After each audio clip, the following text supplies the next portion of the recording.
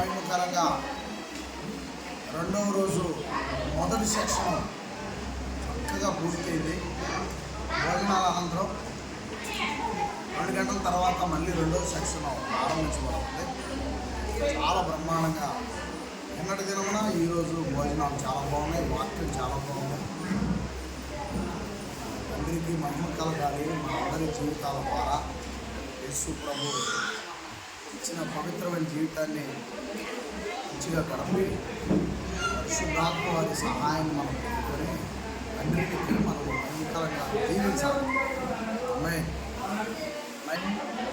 శ్రీనివాస్ అన్నయ్య చాలా చక్కగా చెప్పారు.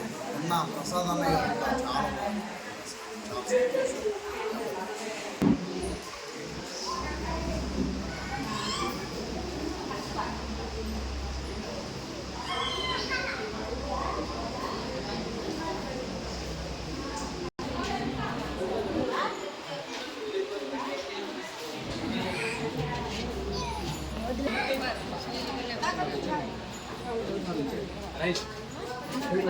చూడండి